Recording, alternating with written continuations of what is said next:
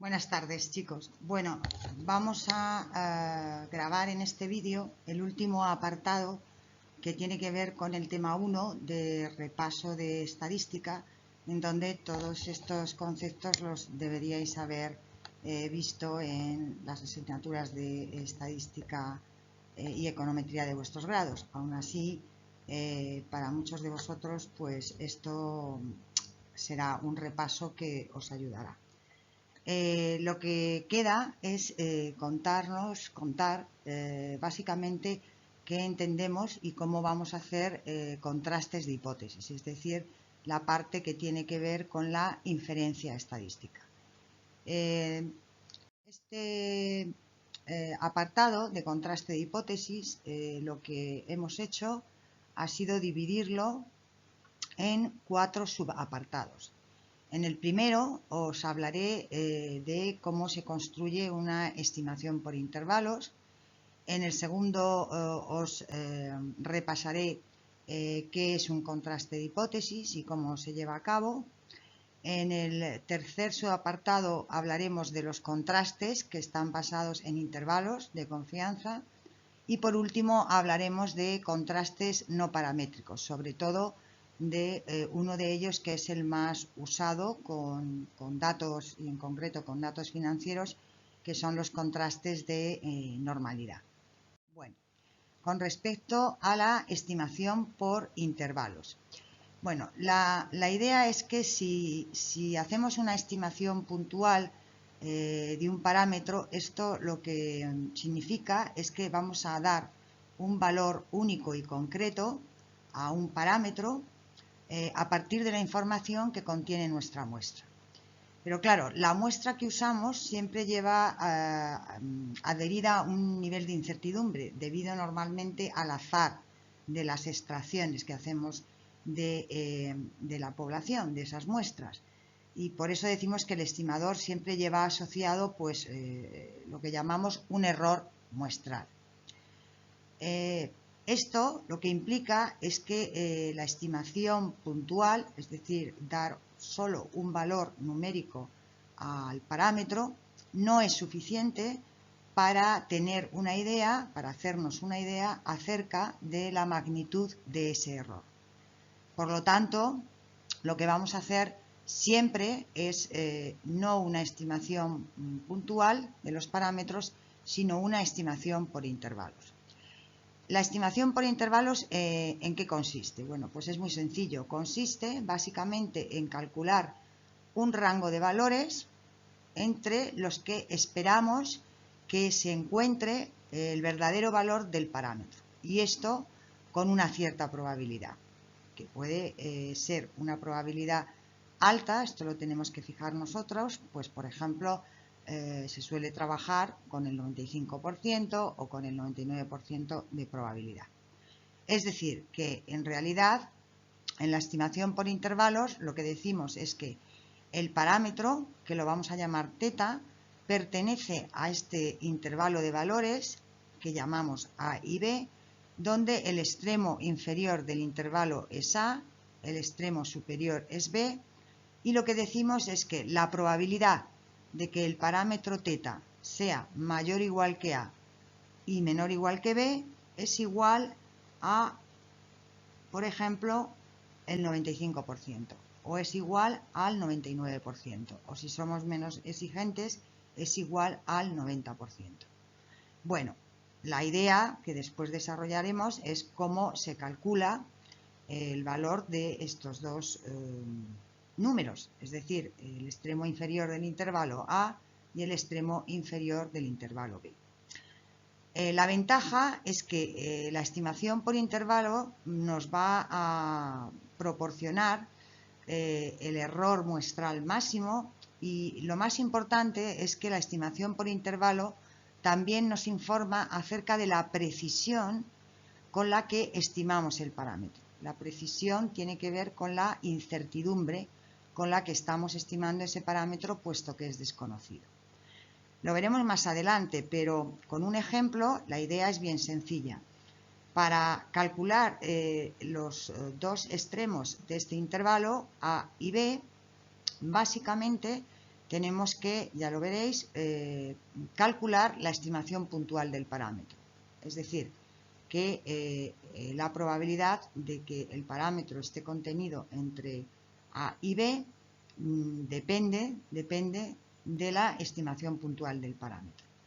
Y la anchura de este intervalo, de A y B, o sea que empieza en A y termina en B, depende básicamente de la incertidumbre con la que se ha estimado el parámetro, que se mide normalmente en econometría a través de la desviación típica con la que se ha estimado ese parámetro. Es decir, que la desviación típica del parámetro estimado es una medida de la incertidumbre con la que estimamos. Cuanto más pequeña es esa desviación típica, con más precisión estamos estimando el parámetro, y a la inversa. Entonces, imaginaos, por ejemplo, que la probabilidad de que un cierto parámetro, teta, sea mayor o igual, por ejemplo, que 0 y menor o igual, por ejemplo, que 200, esa probabilidad es del 95%. Fijaros que la anchura del intervalo aquí es enorme, es decir, que el parámetro teta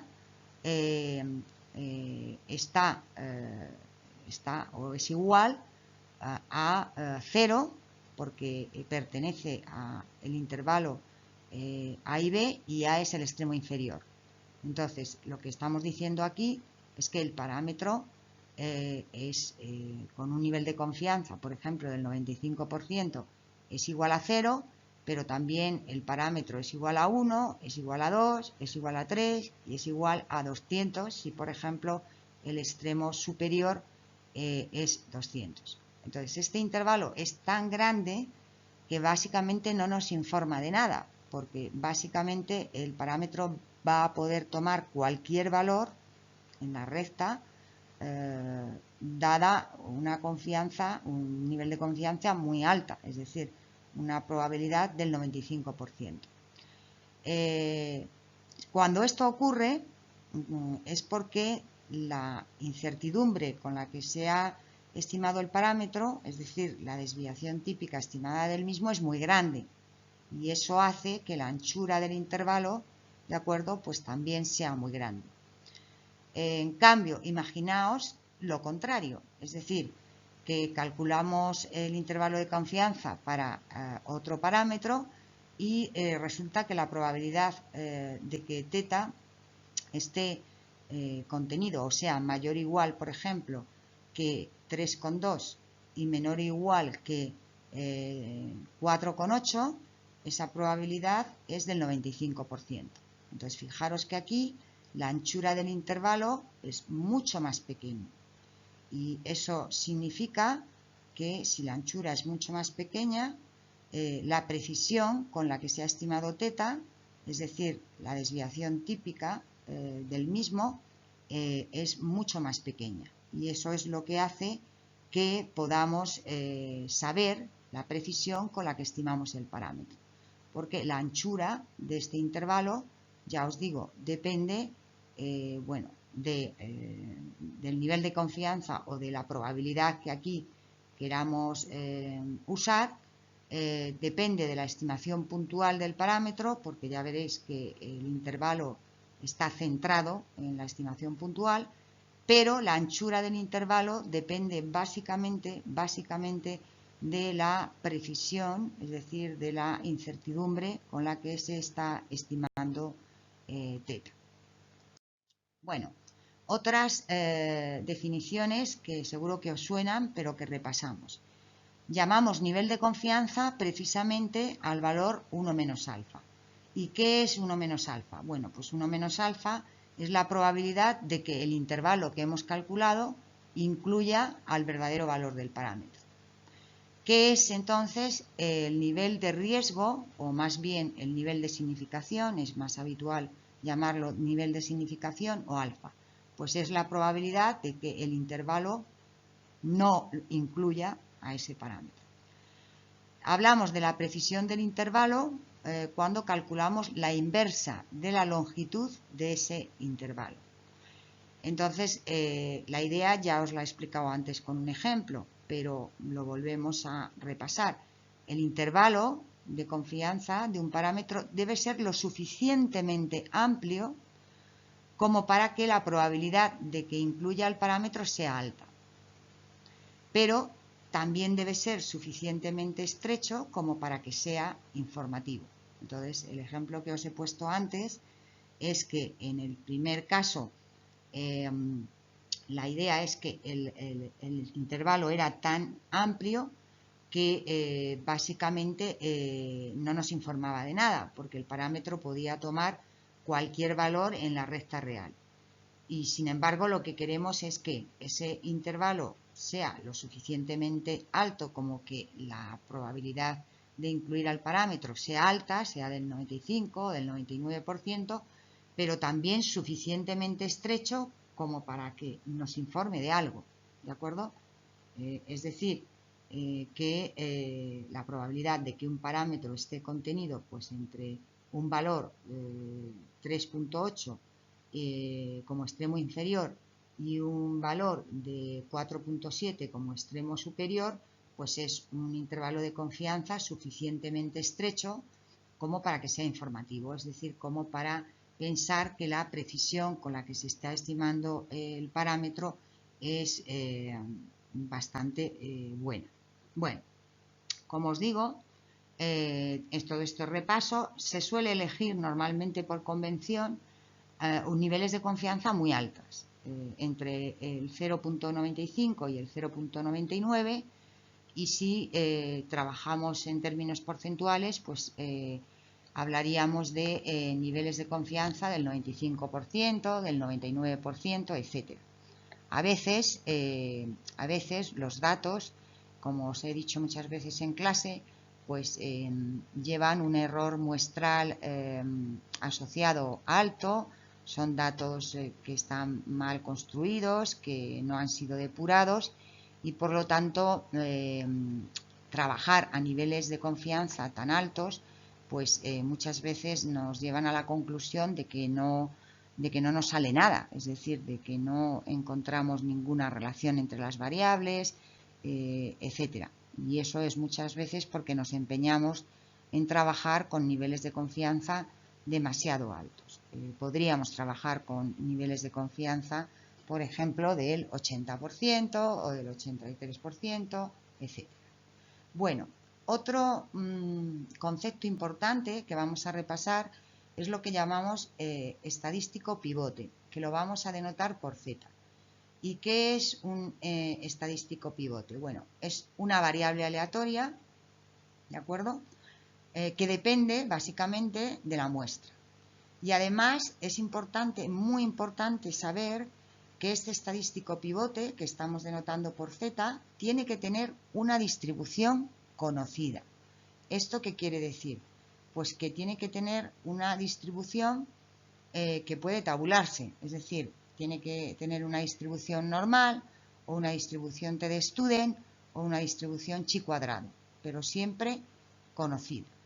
Y en realidad el estadístico pivote no depende del parámetro en cuestión. Después veremos cómo construimos el intervalo de confianza del parámetro a partir de este estadístico, pero en principio no depende del parámetro en cuestión.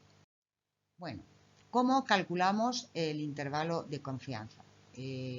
Bueno, ya hemos visto que hay que calcular o hay que elegir los dos valores A y B, el extremo inferior y el extremo superior, a partir de la distribución que conocemos del pivote, del estadístico pivote. De forma que la amplitud de ese intervalo de confianza que vamos a calcular sea mínima para un nivel de confianza que previamente hemos determinado.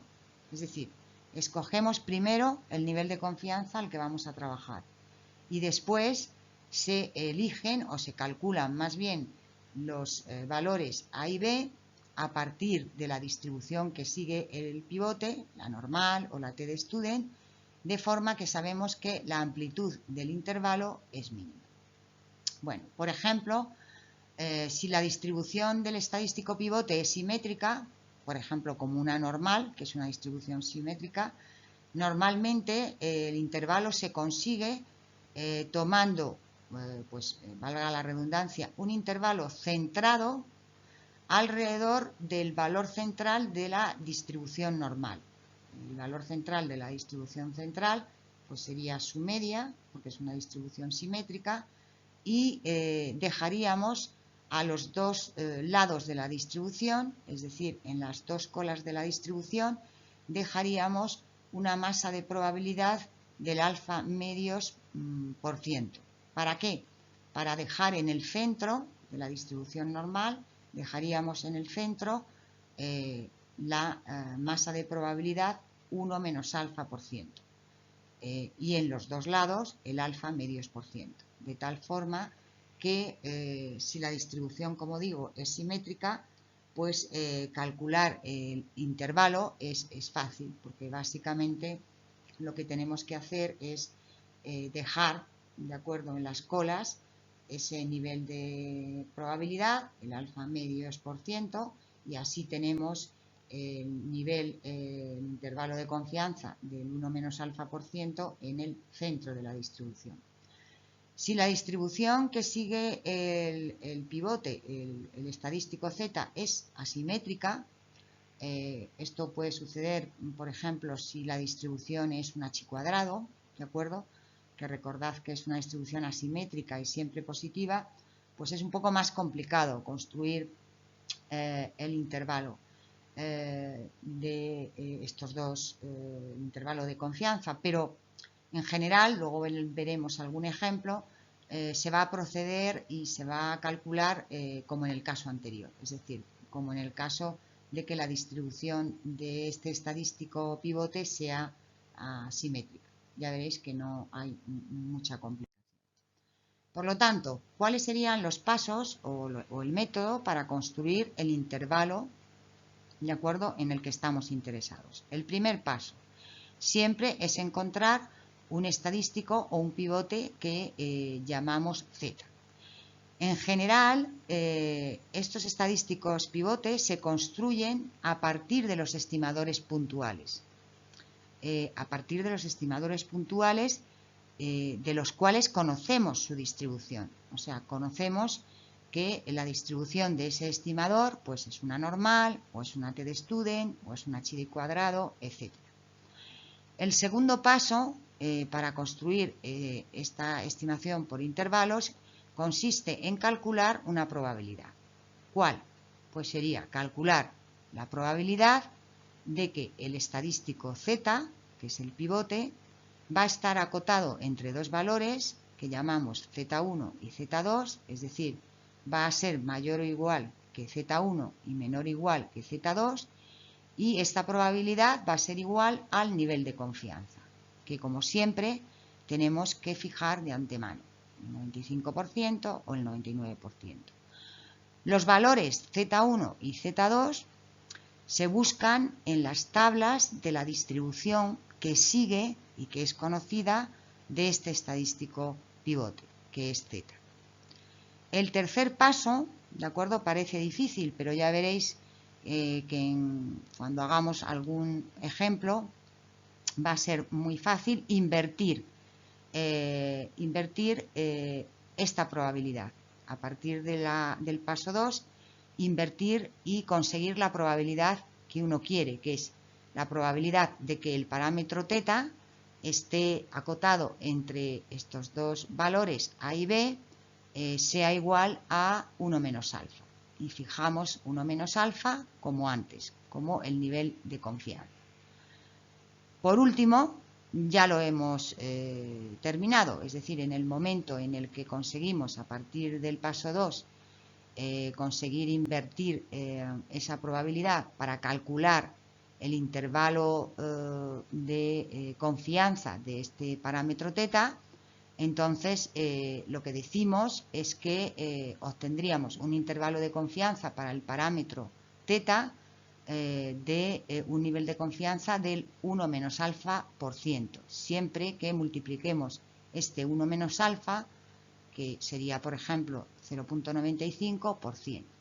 Entonces estaríamos diciendo en este caso que con un 95% de probabilidad el verdadero valor del parámetro θ va a estar contenido o va a tomar todos estos valores, A como extremo inferior y B como extremo superior, en donde A y B ya os digo que son valores de la recta real.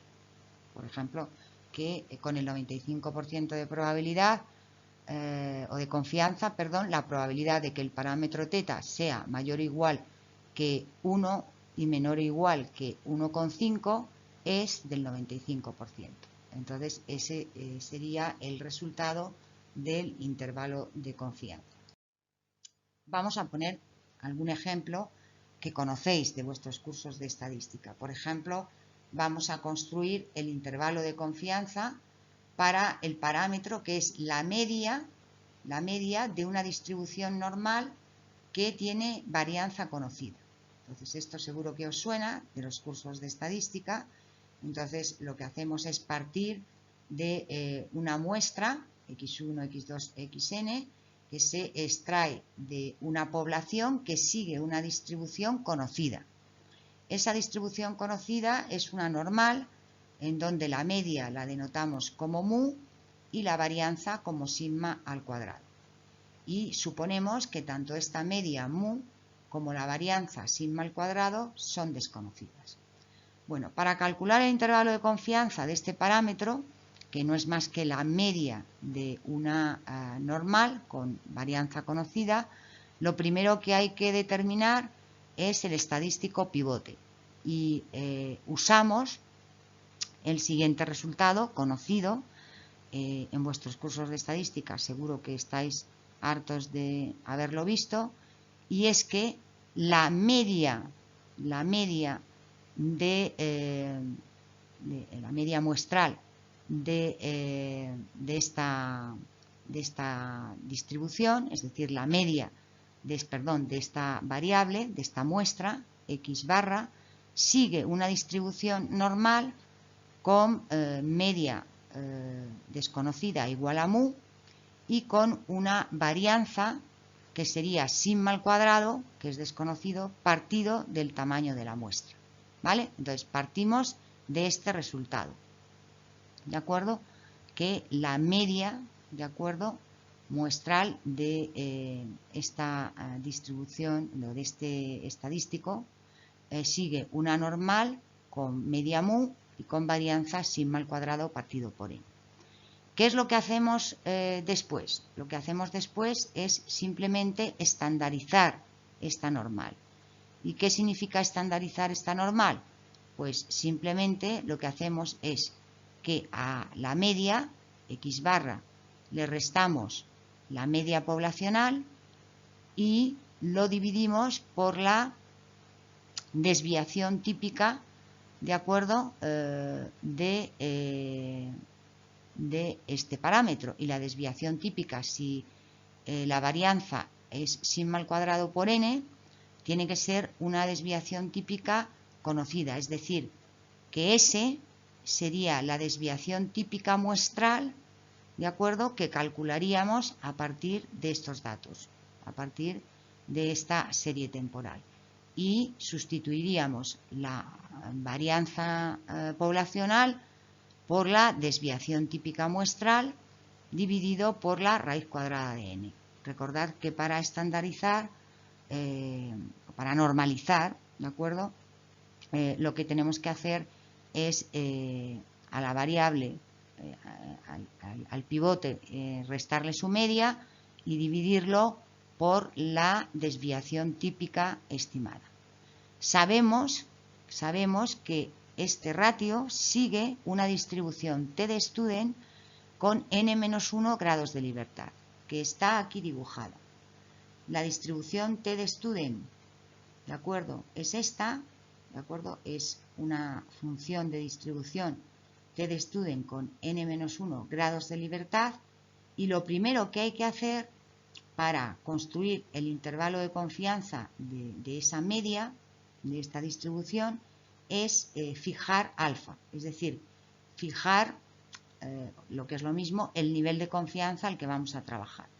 Entonces, si vamos a trabajar con un 95% de confianza, la idea es que 1 menos alfa es el 95% y hay que buscar en las tablas de la distribución T de Student un valor crítico que está aquí, donde está el puntero, que lo denotamos como Tn-1, alfa medios, que lo que hace ese valor crítico es almacenar en esta cola el alfa medios por ciento de masa de probabilidad.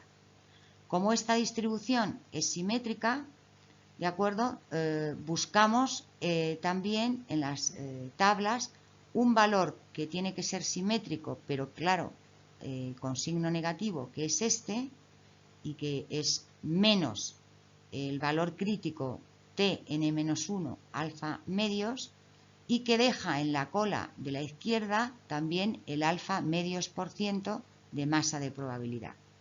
Claro, si la distribución es simétrica, está claro que basta con mirar en las tablas y buscar este valor crítico, que deja esta masa de probabilidad en la cola de la derecha, porque en la cola de la izquierda tendremos el mismo valor cambiado de signo. Es decir, que si este valor crítico es 2.3, pues este otro valor crítico sería menos 2.3.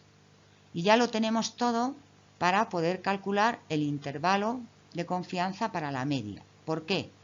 Porque sabemos que la probabilidad de que este ratio, ¿de acuerdo?, la media muestral de la normal restada de su media poblacional y dividida por la desviación típica estimada, sigue una distribución T de Student de grados n-1. Luego, lo que sabemos es que la probabilidad de que este estadístico, que no es más que este ratio, que vuelvo a escribir aquí, ¿de acuerdo?, está acotado, miramos el gráfico, entre estos dos valores críticos. Es decir, que este ratio, que sigue una T de Student de grados n-1, es mayor o igual que el valor crítico negativo menos T n-1 alfa medios, y es menor o igual que este valor, que es el mismo pero cambiado de signo, T n-1 alfa medios. Y esta probabilidad, cuando hemos fijado alfa, por ejemplo, o 1 menos alfa, sería el 95%. ¿Cuál es el siguiente paso? Bueno, el siguiente paso ya es operar. ¿Por qué? Porque como quiero calcular el intervalo de confianza para la media de una normal, realmente lo que quiero es aquí de esta desigualdad despejar mu, porque mu sería la media, ¿de acuerdo? Sería el parámetro poblacional de la media de esta normal.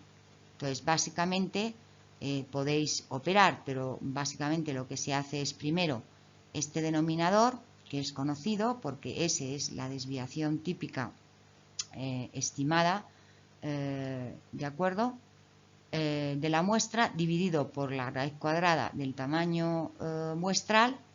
Este denominador pasa a ambos lados multiplicando, lo tenéis aquí, ¿vale?, multiplicando al valor crítico que hemos buscado en las tablas. Aquí tenéis S partido de la raíz cuadrada de n. Pero luego tenemos que despejar esta diferencia, que sería la media muestral de los datos que tenemos, de esa normal, menos la media poblacional. Y entonces aquí, bueno, lo que se hace normalmente es pasar al otro lado de la ecuación esta media cambiada de signo, ¿de acuerdo? Pero como luego queda mu con un signo menos, lo que hacemos es básicamente multiplicar por menos 1 toda la desigualdad, pero tener en cuenta que al multiplicar por menos 1 la desigualdad cambia, ¿de acuerdo? O sea, lo que es menor o igual pasa a ser mayor o igual, y a la inversa. Es decir, esto es básicamente álgebra. Al final, lo que nos queda es este intervalo, es decir, que la probabilidad de que la media poblacional de una normal esté acotado entre estos dos valores, que este sería el valor A, este sería el extremo inferior del intervalo que habría que calcular, y el valor B, que sería el extremo superior, es del 95%, si ese es el nivel de confianza al que deseamos trabajar. Y este intervalo de confianza es calculable. ¿Por qué? Porque lo único que tenemos que hacer es calcular, dada la muestra que usamos y que sigue una normal, calcular la media muestral, X barra, buscar en las tablas de la distribución T ese valor crítico que deja en ambas colas el alfa medios por ciento de masa de probabilidad. Y esto, ojo, aquí habría que poner un paréntesis, ¿vale? Para calcularlo bien, porque esto habría que multiplicarlo por la desviación típica estimada, ¿de acuerdo?, de la muestra, dividido por la raíz cuadrada del tamaño muestral. Podéis observar, ¿de acuerdo?, podéis observar que el intervalo es simétrico y está centrado en la media muestral de los datos, ¿de acuerdo?, de estos valores que tenemos, x1, x2, xn. ¿Y de qué depende la anchura del intervalo? Pues básicamente, bueno, del nivel de significación al que queramos trabajar, o lo que es lo mismo, del nivel de confianza, pero también depende de S. Y fijaros que S es la desviación típica, ¿de acuerdo?, con la que hemos estimado el parámetro, es decir, la incertidumbre asociada a el parámetro. Y por lo tanto, cuanto mayor sea S, más amplio es este intervalo y menos informativo es. Y cuanto más pequeña sea esta desviación típica como medida de precisión del estimador puntual, pues más estrecho sería este intervalo de confianza y también más informativo.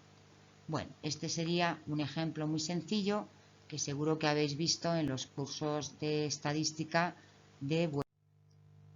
Bueno, el último caso que vamos a recordar sería el de construir un intervalo de confianza para la varianza de una variable que procede de una distribución normal con media mu y con varianza sigma al cuadrado. En este caso, el estadístico pivote que hay que conocer y que vamos a usar es que sabemos que n veces la varianza muestral S al cuadrado de X de dicha variable dividida por la verdadera varianza, que es denotada como sigma al cuadrado, este ratio sigue una distribución chi cuadrado de grados n-1, que dibujamos aquí. La distribución chi cuadrado de grados n-1 es una distribución no simétrica y siempre positiva. En todo caso, vamos a poder construir el intervalo de confianza, aunque no sea una distribución simétrica, de la misma manera que en el ejemplo anterior. Es decir, que lo que tenemos que hacer es calcular la probabilidad de que este estadístico, n veces la varianza muestral de la variable dividido por su verdadera varianza, que es la que sigue esa distribución, chi cuadrado de grados n-1, esté acotada, o sea mayor o igual que un valor crítico de la chi cuadrado que buscaríamos aquí en las tablas, que sería este. Sería un valor crítico positivo, de acuerdo, que dejaría en la cola de la derecha, como siempre, el alfa medios por ciento masa de probabilidad. A ese valor crítico lo estamos denotando como sigma al cuadrado n-1, 1 menos alfa medios. Y por otro lado, en el extremo superior, este ratio, esta distribución, tendría que ser menor o igual que otro valor crítico que buscaríamos aquí en las tablas de la chi cuadrado de grados n-1 y que dejaría el otro alfa medios por ciento de masa de probabilidad a la derecha de la distribución. Bueno, esa probabilidad de que esa distribución esté acotada entre esos dos valores sería el nivel de confianza, sería 1 menos alfa, que habría primero que fijar. Bueno, el paso de aquí al último es simplemente álgebra, es decir, lo que nos interesa es construir el intervalo de confianza para la verdadera varianza sigma al cuadrado, con lo cual le invertiríamos este ratio, es decir, que sigma al cuadrado partido de n veces s al cuadrado sub x estaría acotado por el inverso de estos dos valores críticos, y luego ya lo que haríamos sería multiplicar a ambos lados de la desigualdad por n veces sigma al cuadrado sub x. Es decir, que es simplemente despejar de la probabilidad de arriba el verdadero valor de la varianza, puesto que ese es el intervalo que quiero. Y por lo tanto ya todo es calculable, es decir, que el extremo inferior del intervalo sería dividir n veces la varianza muestral de la variable en cuestión por este valor crítico que deja a la izquierda de la distribución el alfa medios por ciento masa de probabilidad, y el extremo superior del intervalo sería también n veces la varianza muestral de la variable dividido por este otro valor crítico, también positivo pero distinto, que dejaría en la cola de la derecha el alfa medios por ciento masa de probabilidad, y que hemos denotado como sigma al cuadrado n-1 dividido por 1 menos alfa medios. Bueno, la idea es que esto está fijado y por lo tanto cuando ambos extremos son calculables, pues lo que hay que hacer es simplemente fijar el nivel de confianza y calcular buscar en las tablas más bien estos dos valores críticos. Bueno, no vamos a hacer más ejemplos de cálculos de intervalos de confianza hasta que lleguemos al siguiente tema. Todo esto es repaso y seguro que os suena a muchos. Lo que vamos a hacer ahora es hablar de algo que es muy importante a la hora de hacer econometría, dado cualquier modelo, que es el contraste de hipótesis paramétricas, es decir, la parte que tiene que ver con la inferencia estadística. En primer lugar, ¿qué es contrastar una hipótesis? Bueno, pues contrastar una hipótesis desde el punto de vista estadístico consiste en juzgar, en comparar si una propiedad que estamos suponiendo que cumple una población es compatible con lo que estamos observando en la muestra. Es decir, que contrastar una hipótesis consiste simplemente en comparar lo que establecemos pues en una hipótesis nula, de la cual hablaremos ahora, con lo que nos dicen los datos. Y bueno, de esa comparación decidiremos si rechazamos o no la hipótesis planteada, es decir, la propiedad que suponemos que se cumple para esa población. Como he dicho antes, lo primero que hacemos es especificar una posibilidad. Esa posibilidad es neutral y por eso se llama hipótesis nula. En la hipótesis nula, el investigador está dispuesto a creer a priori, es decir, que la hipótesis nula no se va a rechazar hasta que los datos contundentemente nos digan que se debe rechazar. Es algo que creemos a priori. Al final, la hipótesis nula se traduce básicamente en que uno o varios parámetros de la distribución de probabilidad toman ciertos valores. Es decir, que escribir la hipótesis nula normalmente luego es más fácil de lo que creemos. Es simplemente construir una hipótesis nula, es escribir que se cumplen una serie de restricciones que tienen que ver con los parámetros de la distribución de probabilidad de la que proceden los datos.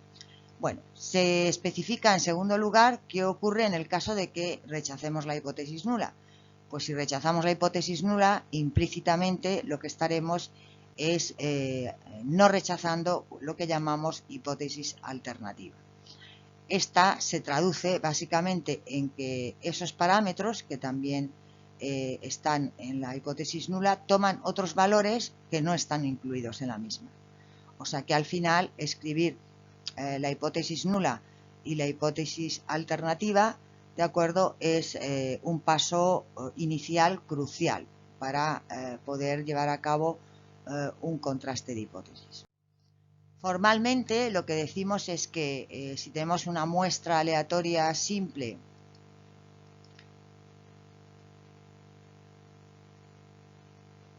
que está extraída, de una función de distribución de probabilidad que depende de la muestra y de un conjunto de parámetros, se quiere saber lo siguiente. Si la hipótesis nula te dice que el vector de parámetros pertenece a un conjunto de posibles valores de ese parámetro que llamamos θ sub 0, frente a la hipótesis alternativa de que ese vector de parámetros pertenece a otro conjunto de posibles valores, en donde al final la unión del conjunto de valores posibles que está en la nula, que es θ sub 0, con el conjunto de valores posibles del parámetro que está en la alternativa, que se llama θ1, coincide con el conjunto total de valores posibles que puede tomar este parámetro. Bueno, esta es la forma más formal, valga la redundancia, de escribir la hipótesis nula y la hipótesis alternativa. Aunque en la práctica esto se traduce, ya veréis, a escribir bajo la nula pues una o varias restricciones sobre los parámetros del modelo, frente a la alternativa de que esos parámetros tomen los valores contrarios que hay en la nula, por ejemplo. Bueno, hay dos tipos de hipótesis que podemos contrastar. La hipótesis individual, que quiere decir que solo afecta a un único parámetro de la distribución de probabilidad, o la hipótesis conjunta, que quiere decir que tanto bajo la nula como bajo la alternativa, la hipótesis afecta a diversos parámetros de la distribución de probabilidad. Algunos ejemplos sería, por ejemplo, que en una hipótesis nula concreta, un parámetro de la distribución que llamamos θ1 toma un cierto valor conocido que llamamos A, es decir, que bajo la nula θ1 es igual a A, y frente a la hipótesis alternativa ese parámetro θ1 es distinto de A. Esta sería una hipótesis individual porque solo hace referencia a un único parámetro de la distribución, que es θ1. Una hipótesis de distribución, una hipótesis alternativa o nula, conjunta, hace referencia o puede hacer referencia a diversos parámetros de la distribución de probabilidad. En este caso, fijaros que bajo la nula lo que quiero contrastar a la vez, conjuntamente, es que un parámetro θ1 de la distribución es igual a un valor conocido A, pero conjuntamente otro parámetro de la distribución, que denotamos como θ2, es igual a otro valor distinto y que conocemos y llamamos B. Por lo tanto, bajo la alternativa, lo que implícitamente tenemos que escribir es que si se rechaza la nula, bajo la alternativa, el parámetro θ1 es distinto al valor A y el parámetro θ2 es distinto al valor B.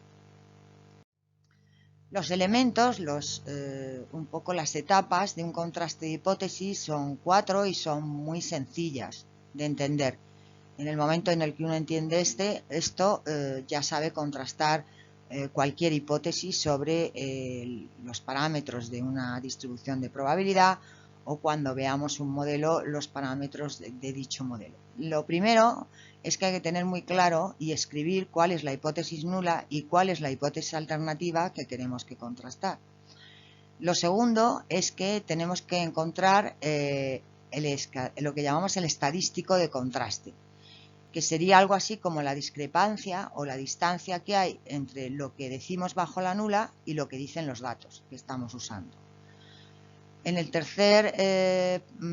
la tercera fase o paso de un contraste de hipótesis, tenemos que definir y encontrar lo que llamamos la región de rechazo de la nula o región crítica. Y por último, tenemos que encontrar una regla de decisión que sea razonable para rechazar o no rechazar la hipótesis nula a un nivel de confianza previamente establecido. Bueno, con respecto a la primera etapa.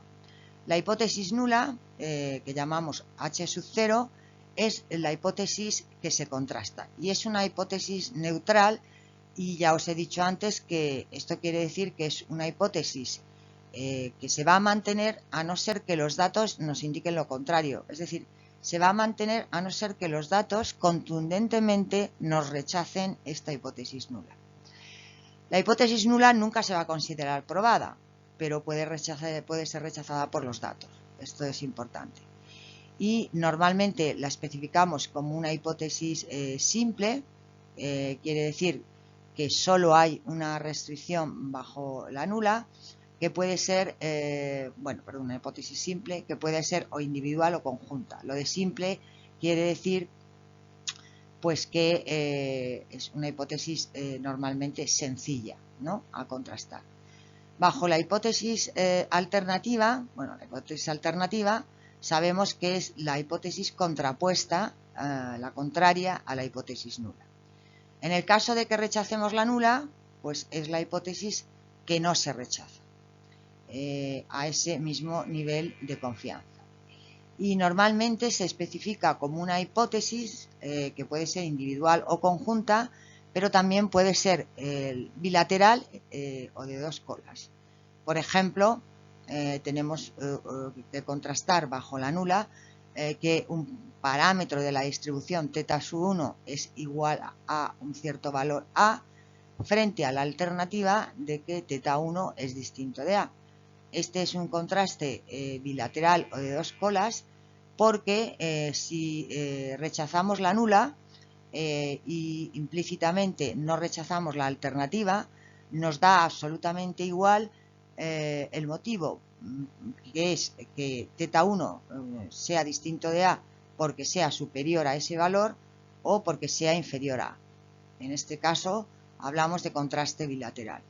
Sin embargo, en un contraste unilateral o de una sola cola, normalmente tenemos más información sobre el modelo, y entonces un ejemplo sería contrastar bajo la nula que cierto parámetro θ sub 1 es igual a A, pero sabemos que si rechazamos la nula, implícitamente vamos a tener que no rechazar una hipótesis alternativa que dice que ese parámetro necesariamente θ1 es menor que A. Normalmente esto es porque por teoría económica, etcétera, sabemos que este parámetro tiene que ser inferior a ese valor si rechazamos la nula. Y en este sentido tendríamos que llevar al contraste unilateral o de una sola cola. Bueno, seguimos. El contraste de una hipótesis estadística al final no es más que una regla o un procedimiento para decidir si rechazamos o no la hipótesis nula. El estadístico de contraste, esto es muy importante, es una medida de la discrepancia, de la distancia que hay entre lo que dice la muestra y lo que dice la hipótesis nula. Es una función de la muestra, por tanto, que debe contener el máximo de información sobre la hipótesis nula. Es decir, a esta función o estadístico de contraste se le llama D y depende tanto de la muestra de X como del vector de parámetros que caracterizan la función de distribución de la que proceden los datos.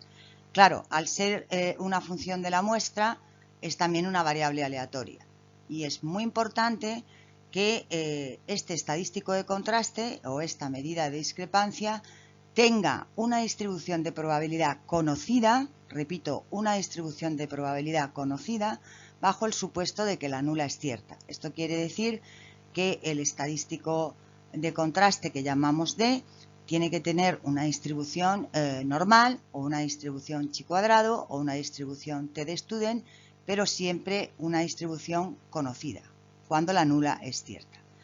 A partir de la información que hay contenida en esta función de discrepancia, se decide si se rechaza o no la hipótesis nula. Y para eso definimos lo que llamamos la región crítica, que lo que hace es básicamente calcular los valores del estadístico de contraste para los cuales se rechaza la hipótesis nula. Por lo tanto, bueno, es muy sencillo. El espacio muestral se divide en dos regiones, lo que llamamos región crítica o RC y lo que llamamos región de aceptación o RA.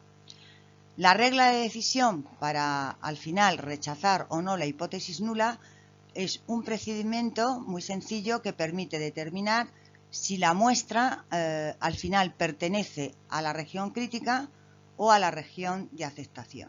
Por lo tanto, dada la muestra X, si esa muestra pertenece a la región crítica, decimos que la hipótesis nula es falsa y por lo tanto se debería rechazar. Si esa muestra X pertenece a la región de aceptación, decimos que la hipótesis nula es verdadera y se debiera no rechazar.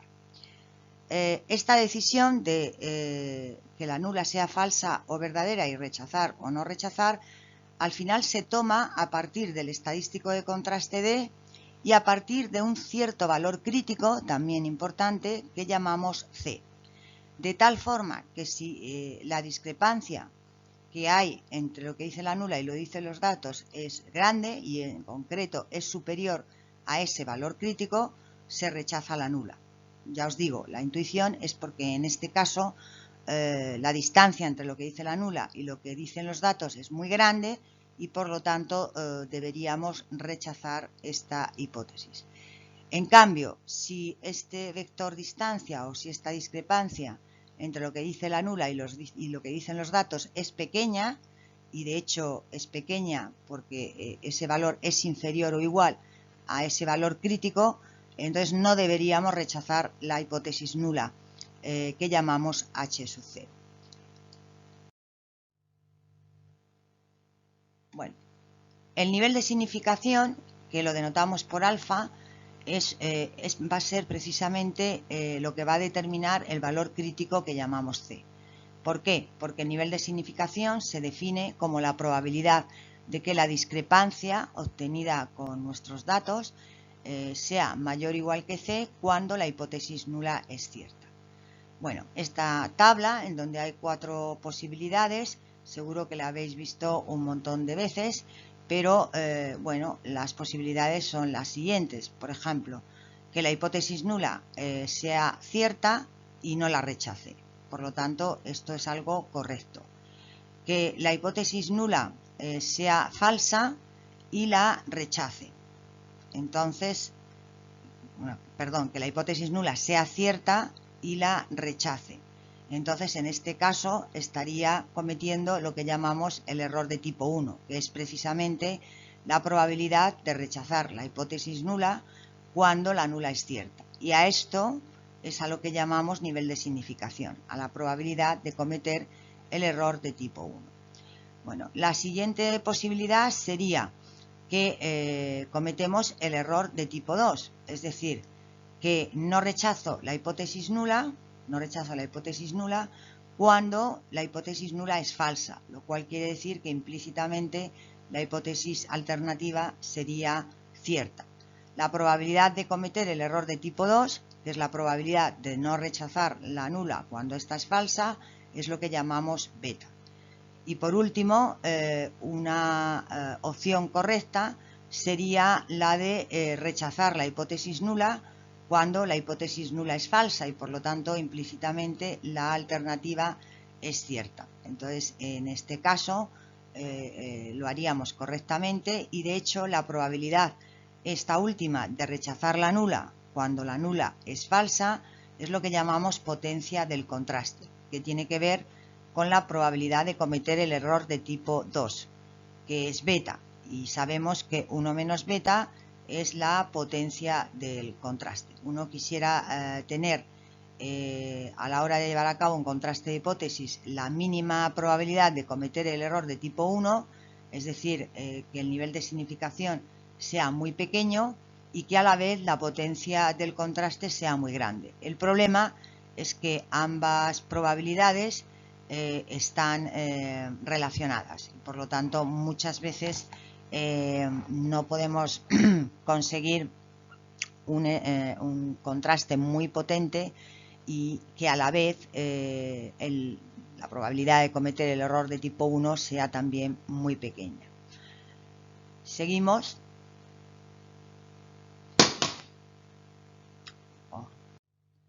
Y algunas observaciones que tenemos que hacer sobre el contraste de hipótesis es que vamos a ver, y esto es muy práctico, que existe una dualidad entre contrastar hipótesis y calcular los intervalos de confianza de ciertos parámetros.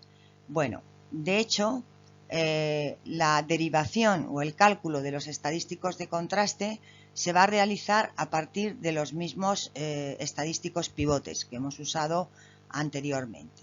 Y además vamos a ver que se pueden utilizar los intervalos de confianza de esos parámetros para contrastar hipótesis muy simples que tienen que ver con el contraste de que bajo la nula un determinado parámetro toma un valor conocido. Por ejemplo, que bajo la nula el parámetro teta 1 es igual a 0, o que bajo la nula la probabilidad de que el parámetro teta 1 es igual a 1, o la probabilidad de que el parámetro teta 1 es igual a cualquier valor. Para eso nos van a servir mucho los intervalos de confianza de dicho parámetro. Algunos ejemplos serían estos. Por ejemplo, si queremos contrastar para la media de una población normal, la variable x sigue una distribución normal con media mu y con varianza sigma al cuadrado. Entonces, planteamos un contraste bilateral, por ejemplo, en donde bajo la nula la media de dicha población o de dicha distribución es igual a un valor concreto A, conocido, y bajo la alternativa la media es distinto a ese valor. El contraste es de dos colas porque fijaros que bajo la alternativa tengo el suceso contrario que en la nula. Para construir el estadístico de contraste partimos de la distribución que sigue la media de dicha variable x. Y sabemos, y esto es información que deberemos recordar, que la media de esa distribución, o la media de la variable x, sigue también una normal con media mu y con una varianza que es sigma al cuadrado partido por n. Vamos a suponer que la varianza sigma al cuadrado es desconocida. Entonces, el estadístico pivote, es decir, el estadístico de discrepancia que vamos a usar va a ser este ratio, que además va a ser un estadístico de contraste que cumple con la condición de que bajo la nula sigue una distribución conocida, en este caso una distribución t de student de grados n-1. Bueno, entonces sabemos que la distancia entre la media de la variable x y la media poblacional, que llamamos mu, dividido por la cuasivarianza de la variable, recordar que la cuasivarianza la denotamos como S minúscula, partido de la raíz cuadrada del tamaño muestral, sigue una distribución t de student de grados n-1, que es una distribución también simétrica, estamos dibujando aquí, ¿de acuerdo?, en este gráfico, de tal manera que el estadístico de contraste, es decir, la discrepancia que hay entre la nula y lo que dicen los datos, al final, bajo la nula, ¿de acuerdo?, de que la media poblacional es igual a este valor, nos dice que vamos a calcular lo que llamamos un estadístico t, restándole a la media muestral de la variable x el valor a, como digo, estoy trabajando bajo la nula, y lo voy a dividir por una estimación de la cuasivarianza de esa variable dividido por la raíz cuadrada del tamaño muestral. Sabemos que este ratio bajo la nula sigue una distribución t de student de grados n-1. Bueno, la regla de decisión para al final rechazar o no la nula a veces es muy sencilla, porque si la distribución t de student es simétrica, Entonces, lo que tendríamos que hacer primero sería fijar alfa, fijar el nivel de significación al que trabajar y buscar en las tablas un valor crítico que llamo Tn-1 alfa medios, que deja en la cola de la derecha el alfa medios por ciento de masa de probabilidad. Y este valor crítico, dada la simetría de la distribución, tiene que ser igual, aunque cambiado de signo, a aquel que deja en la cola de la izquierda el alfa medios por ciento de masa de probabilidad. De tal manera que si el estadístico de contraste, es decir, si la discrepancia que hay entre los datos y lo que dice en la nula es muy grande y positivo, estaría en la cola de la derecha y debería rechazar la hipótesis nula. Por eso este intervalo pertenece a la región crítica. También rechazaríamos la hipótesis nula porque es bilateral si este vector discrepancia, este estadístico de contraste, es decir, la distancia entre lo que dice la nula y lo que dicen los datos, ¿de acuerdo?, es muy grande pero negativa. Entonces, en ese caso, el valor del estadístico de contraste sería negativo y estaríamos en la cola de la izquierda. Y por lo tanto, por eso también esta zona de la cola de la izquierda sería una región de rechazo.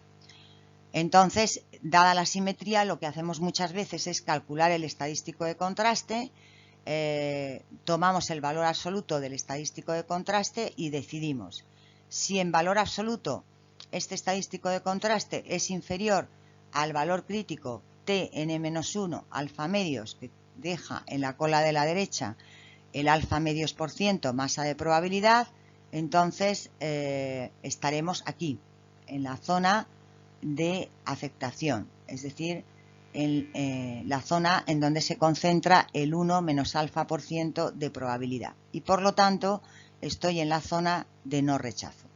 Por el contrario, si en valor absoluto el estadístico de contraste supera a ese valor crítico, que es el mismo de antes, Tn-1 alfa medios, entonces es que el estadístico de contraste es muy grande y caería en la cola de la derecha, es decir, en la zona de rechazo de la hipótesis nula. Es decir, que dada la simetría de la distribución, podemos al final tomar una regla de decisión muy sencilla, que es tomar el valor absoluto del estadístico y simplemente comparar ese valor absoluto con un valor crítico que sabemos que es simétrico porque deja en ambas colas de la distribución el alfa medios por ciento de masa de probabilidad. Bueno, otro ejemplo de contraste de hipótesis, en este caso unilateral, sería, por ejemplo, contrastar bajo la nula que la media poblacional de nuestra variable sea igual a un valor conocido A, frente a la alternativa de que esa media supera a ese valor A. Como os digo, normalmente llevamos a cabo contrastes unilaterales cuando tenemos más información sobre el modelo o porque teoría económica sabemos que si se rechaza la nula y esta media es distinta de A, necesariamente debería ser mayor que A.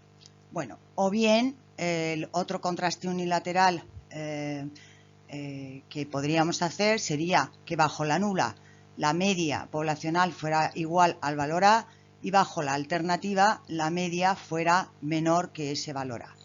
En ambos casos, tanto si la hipótesis alternativa es que la media fuera mayor que A o que la media fuera menor que A, en ambos casos el estadístico de contraste que vamos a calcular es siempre el mismo y es el mismo que hemos hecho antes, es decir, que bajo la hipótesis nula deberíamos construir este estadístico de contraste, esta distancia entre lo que dice la nula y los datos, en donde en el numerador restaríamos a la media muestral de la variable el valor A, bajo la nula esa media es A, y lo dividiríamos por la cuasivarianza estimada, ¿de acuerdo?, de esa variable, dividido por la raíz cuadrada del tamaño de la muestra. Sabemos que este estadístico de contraste bajo la nula sigue una distribución conocida, que es la T de Student de grados n-1 y que hemos visto antes que era una distribución simétrica.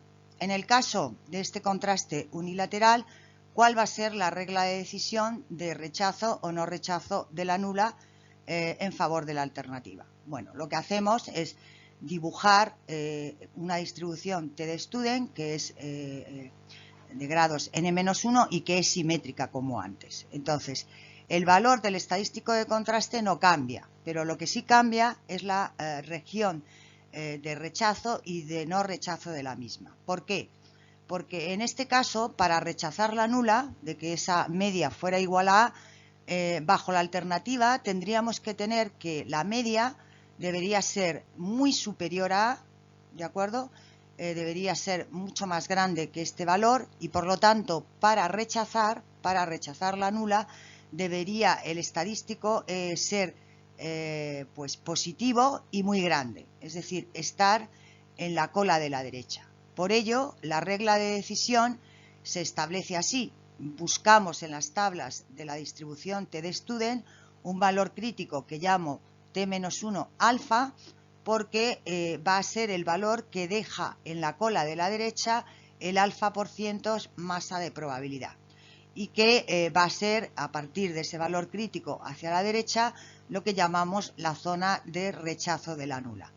Es decir, que en este caso, fijaros que valores negativos del estadístico de contraste irían en favor de la nula, no de la alternativa.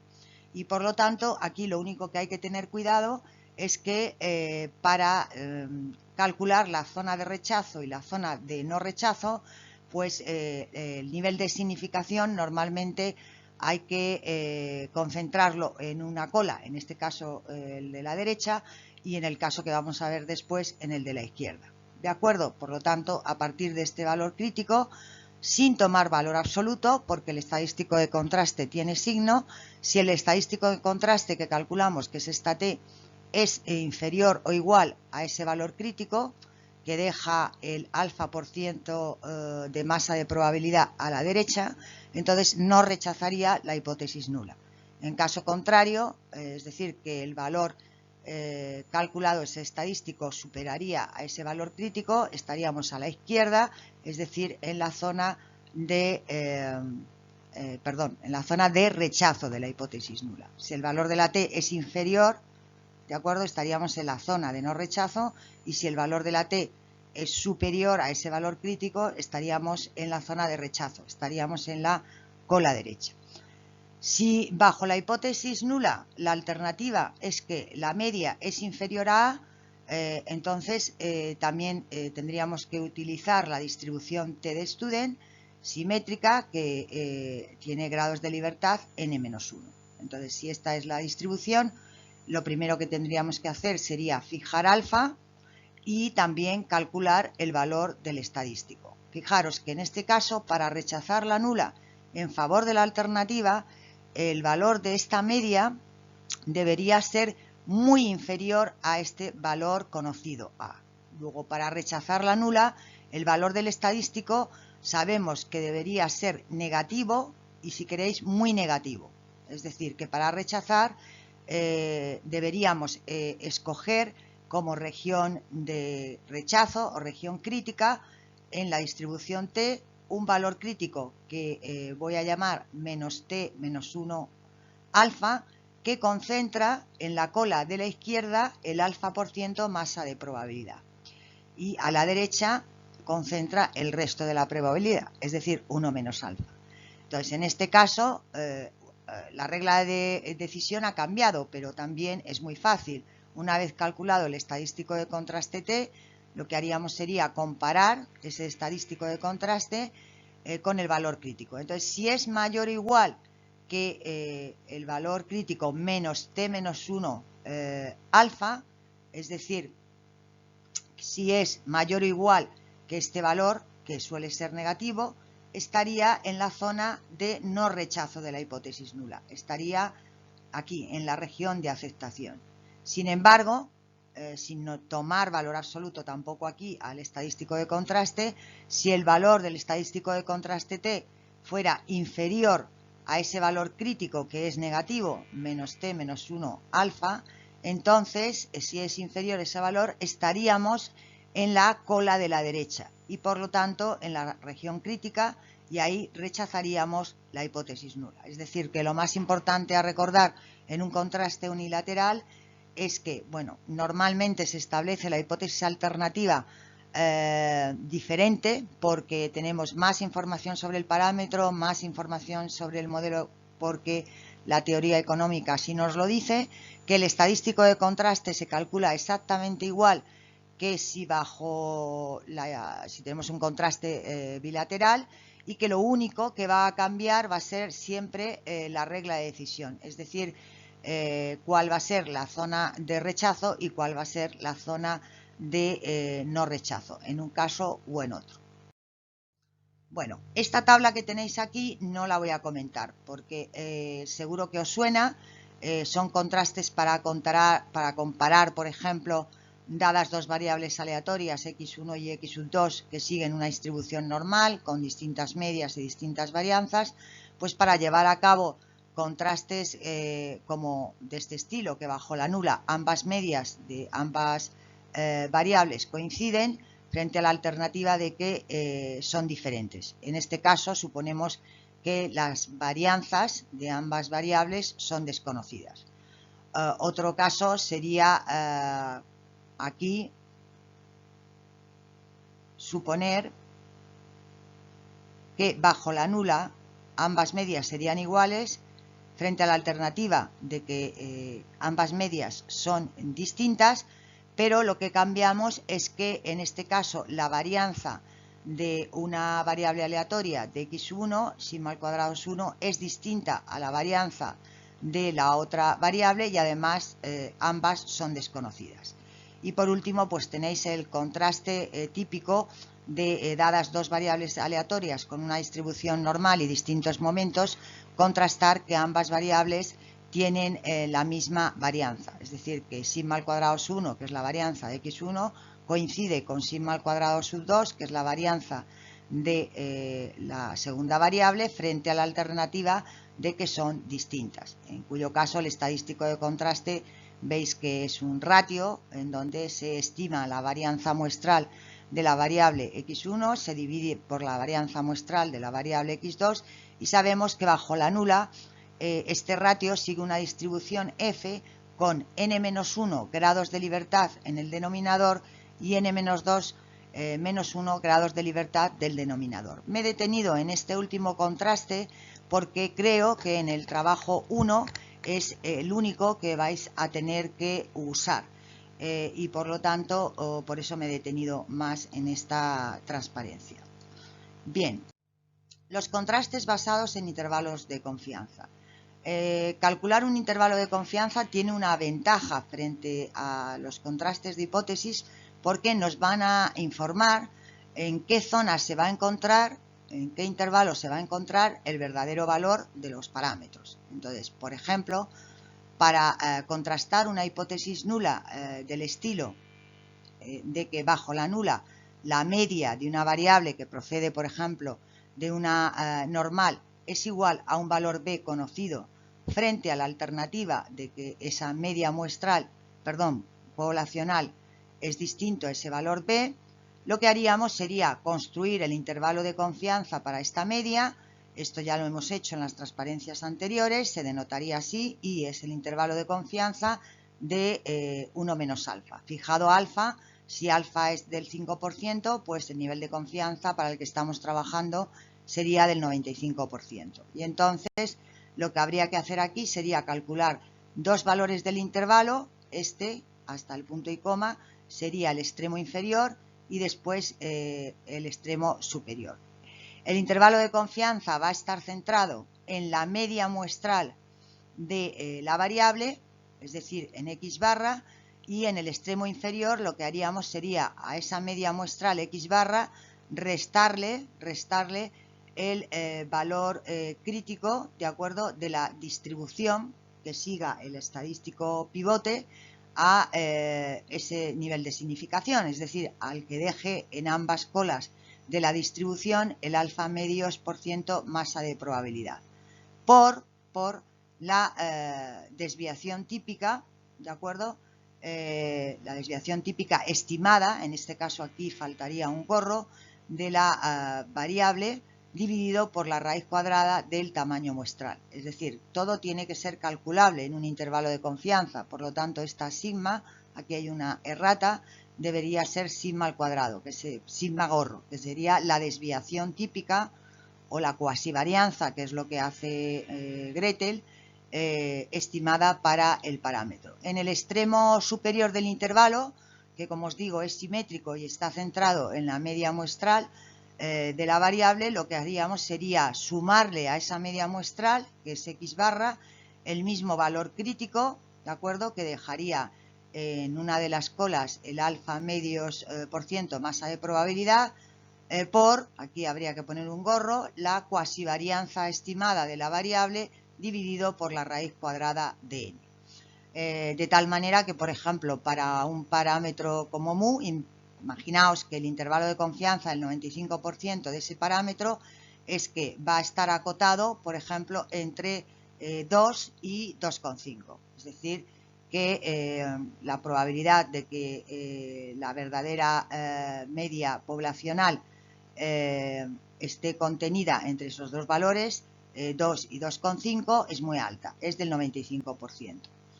¿Qué hacemos para contrastar hipótesis muy sencillas una vez que hemos calculado el intervalo de confianza del parámetro? Pues lo que hacemos es comprobar que el valor B, que es un valor conocido, se encuentre o dentro o fuera del intervalo. Y la regla de decisión es muy sencilla. Si ese valor B pertenece o se encuentra dentro del intervalo de confianza que acabo de construir, entonces no rechazaría la hipótesis nula de que la media poblacional mu fuera igual a B, frente a esta otra situación en donde el valor B no pertenece al intervalo de confianza, el 95% de este parámetro, y por lo tanto, si está fuera del intervalo, rechazaría la hipótesis nula de que la media poblacional fuera igual a B. En el ejemplo de antes, numérico, he dicho que el intervalo de confianza, el 95% para la media muestral de una variable, estaría acotado entre 2 y 2,5. Entonces, por ejemplo, imaginaos que me piden contrastar bajo la hipótesis nula si esa media es igual a 0, o sea que B es igual a 0, frente a la alternativa de que sea distinto de 0. En el intervalo de confianza 2, 2,5 no está contenido el 0. Y si no está contenido el 0 no pertenece a ese intervalo y debo rechazar la hipótesis nula de que esa media poblacional es 0 frente a la alternativa de que es distinto de 0.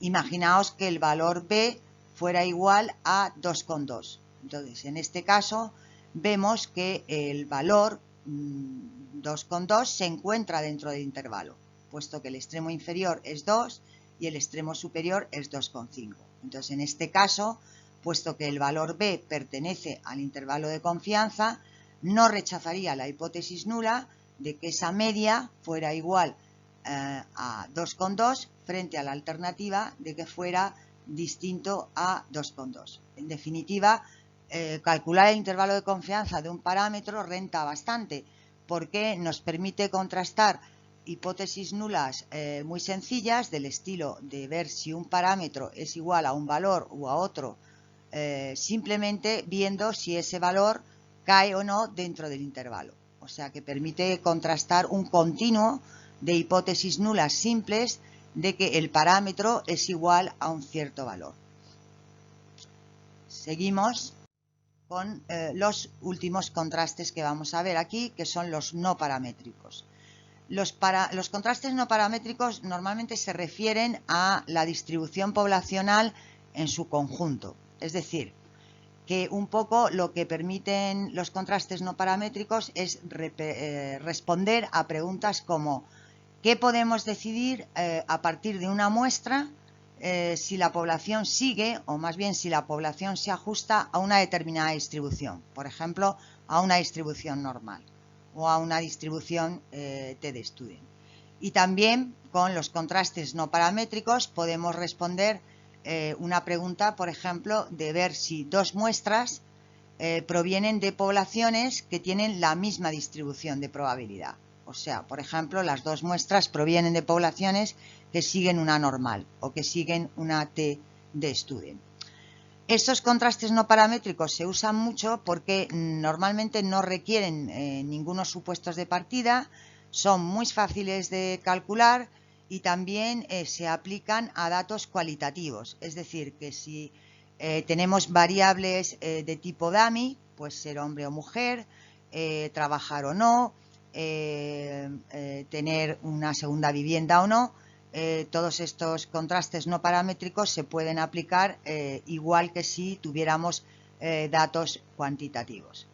El contraste no paramétrico que más vais a usar en datos financieros y que normalmente más se usa con datos macro o micro es el contraste de normalidad Harke-Vera.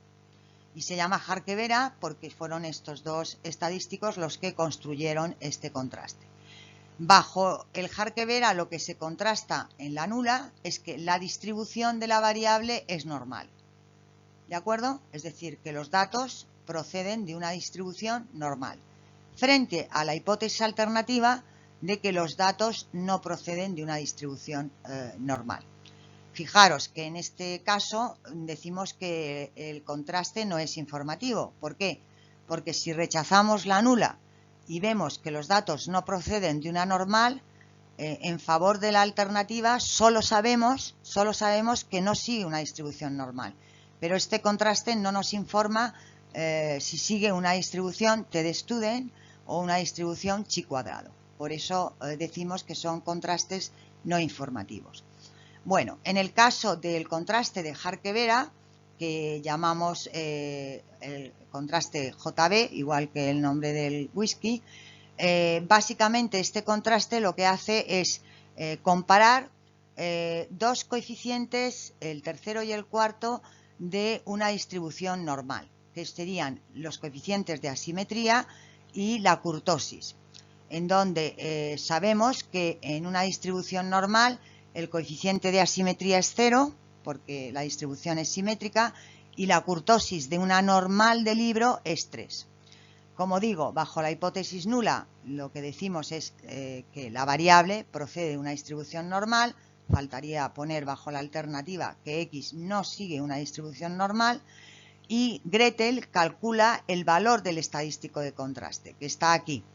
Bueno, es una fórmula que no hay que aprenderse, ¿de acuerdo? Pero que sí es intuitiva cuando después la calculamos y la interpretamos. Lo que hay que hacer es multiplicar el tamaño de la muestra, que es T, dividirlo por 6 y multiplicar ese ratio por la suma de dos términos. El primero sería A. A es el coeficiente de asimetría.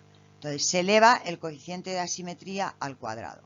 Y el segundo término lo que hace es calcular la distancia entre K, que es el coeficiente de kurtosis de tus datos, menos 3, que es el coeficiente de kurtosis de una normal de libro, elevado al cuadrado y esto ponderado por 4. Bueno, el que esto esté ponderado por 4 y que el estadístico tenga que estar ponderado por el tamaño de la muestra partido por 6 es lo que permite conocer la distribución bajo la nula de este estadístico, del Harke-Vera, que va a ser una distribución chi cuadrado de grados 2. Los grados de libertad son 2 porque solamente vamos a comparar el coeficiente de asimetría y, si queréis, el exceso o defecto de kurtosis de mis datos con respecto al coeficiente de asimetría y la kurtosis de una normal. Entonces, imaginaos que tenemos una normal de libro. ¿Cuál sería el valor del estadístico Harke-Vera en este caso? Pues dividiríamos el tamaño de la muestra por 6, pero después el primer término de este paréntesis sería 0, porque el coeficiente de asimetría de una normal de libro es 0, 0 al cuadrado es 0. Después sumaríamos esta distancia, pero como la kurtosis de una normal de libro es 3, tendríamos 3 menos 3, 0, elevado al cuadrado 0, 0 partido por 4, 0. Es decir, que el mínimo valor que va a poder tener el Harke-Vera es 0, que sería en una distribución chi cuadrado de grados 2, que siempre es positiva, pues sería el extremo inferior.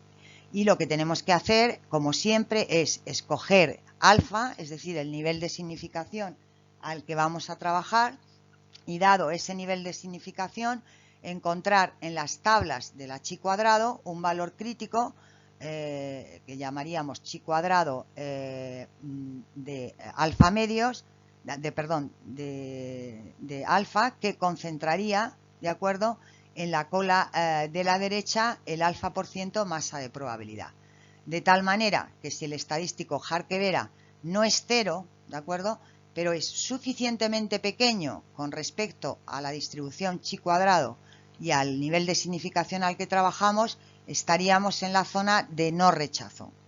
Y si el valor del estadístico Harke-Vera es muy grande, comparado con una chi cuadrado, tan grande que está a la derecha del valor crítico de esa chi cuadrado al nivel de significación que hemos escogido, entonces rechazaríamos la hipótesis nula, porque la distancia entre el coeficiente de asimetría y la kurtosis de mis datos con respecto a los de una normal de libro es muy grande y por lo tanto debo rechazar que los datos proceden de una distribución normal. ¿Qué es lo que ocurre con datos financieros? Esto ya os lo he contado algún día. Pues que cuando llevamos a cabo el contraste de normalidad de Harke-Vera, ahora vamos a ver un ejemplo, casi siempre rechazamos la nula. Es decir, los datos financieros normalmente tienen un problema de exceso de kurtosis, de mucho exceso de kurtosis, que hace que este término elevado al cuadrado sea muy grande y por lo tanto que el valor del estadístico Harke-Vera sea muy grande y lo más probable es que estemos en la cola derecha, es decir, estemos en la zona de rechazo de la distribución. El que la kurtosis de una muestra financiera sea superior a 3 o sea muy grande, os lo expliqué el otro día, tiene que ver con que el apuntamiento de la distribución que siguen los datos financieros, sobre todo si trabajamos con datos diarios,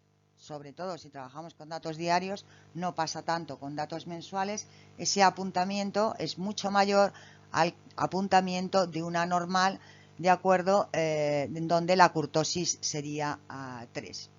Bueno, un ejemplo que sería este con datos reales, he cogido este como podría haber cogido otro. Estoy dibujando aquí en el gráfico de arriba los rendimientos mensuales del índice DAX 30. Entonces, bueno, fijaros que simplemente lo que hago es dibujar pues las oscilaciones de este rendimiento mensual.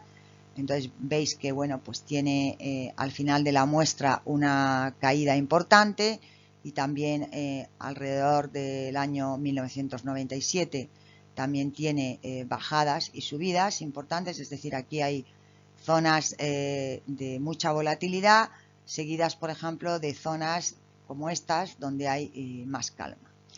Gretel inmediatamente y de manera muy fácil, lo veremos en la práctica que hagamos con este programa, lo que nos va a dibujar es para un número de intervalos que él calcula dado el tamaño de la muestra, que tenemos en este caso 59 observaciones, está aquí, lo que calcula es el histograma, ¿de acuerdo?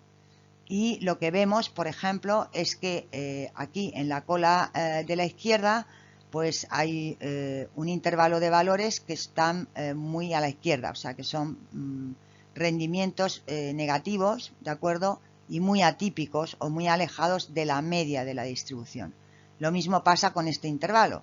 Este intervalo de valores te dice que existen rendimientos mensuales, que serían estos, por ejemplo, que son positivos, pero que están muy por encima de la media, que estaría aproximadamente por aquí. Bueno, de hecho, la media de estos rendimientos mensuales es del 1.30, ¿de acuerdo? Que si están tanto por 1, pues sería del 1,30%. Bueno, nos ofrece, además del histograma, una serie de estadísticos descriptivos. Por ejemplo, nos dice que la media de estos rendimientos mensuales es 1,30, que la varianza es 1,9, casi 2. Ya sabéis que un poco una variable es más heterogénea cuanto más diferencia hay entre la media y la mediana. En este caso hay suficiente diferencia entre ambos momentos y eso significa que la variable que hay detrás pues es heterogénea, no es una muestra homogénea. Nos da el valor máximo, el rendimiento mensual máximo del DAX 30 es de 15.91, ¿de acuerdo? Y sería este valor. El valor mínimo, que es menos 19.49, que está aquí, que sería este valor que os estoy apuntando. La desviación típica como medida de incertidumbre o como medida de la variabilidad de este rendimiento mensual es 6.06 y ya sabéis que se da la desviación típica para que esté en la misma escala que los datos y no se da la varianza porque estaría en la escala al cuadrado de los datos. Y por último me ofrece el coeficiente de asimetría de los rendimientos mensuales del DAX 30, que es asimétrica a la izquierda, pero no es una asimetría muy grande. El problema es que el exceso de kurtosis es que la kurtosis de estos datos es 4.6, perdón, que sería bastante más grande que la kurtosis de una normal, que es 3.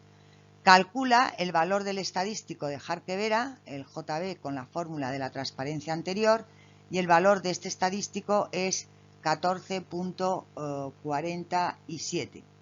Y esta probabilidad que aparece abajo, que os la explicaré en clase, os la recordaré, que sale muy cercana a 0, sale 0.0007.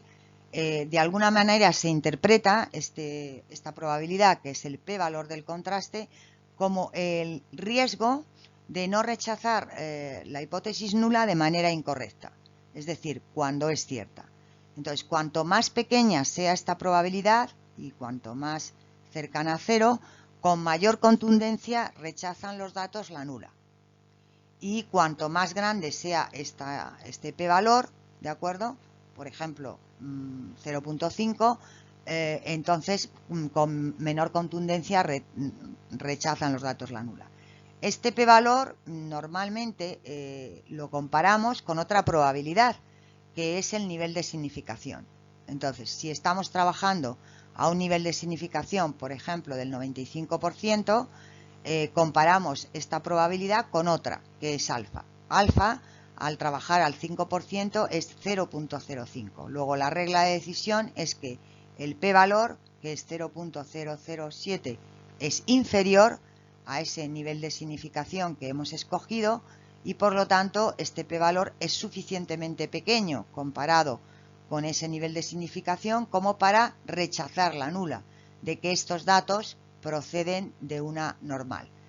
La ventaja que tiene usar el p-valor en lugar de usar el valor crítico de la distribución que sigue el Harkevera, que es un H cuadrado de grados 2, suponiendo que alfa es del 5% o del 1% o del 10%, es que basta con calcular el p-valor del contraste para decidir si rechazamos o no la hipótesis nula a cualquier nivel de significación. Es decir, que yo puedo comparar esta probabilidad con alfa igual a 0.05 y rechazaría al 5%. Si trabajo al 1% de significación, alfa es igual a 0.01 y por lo tanto este p-valor seguiría siendo inferior a ese nivel de significación y también rechazaría la hipótesis nula de normalidad al 1%.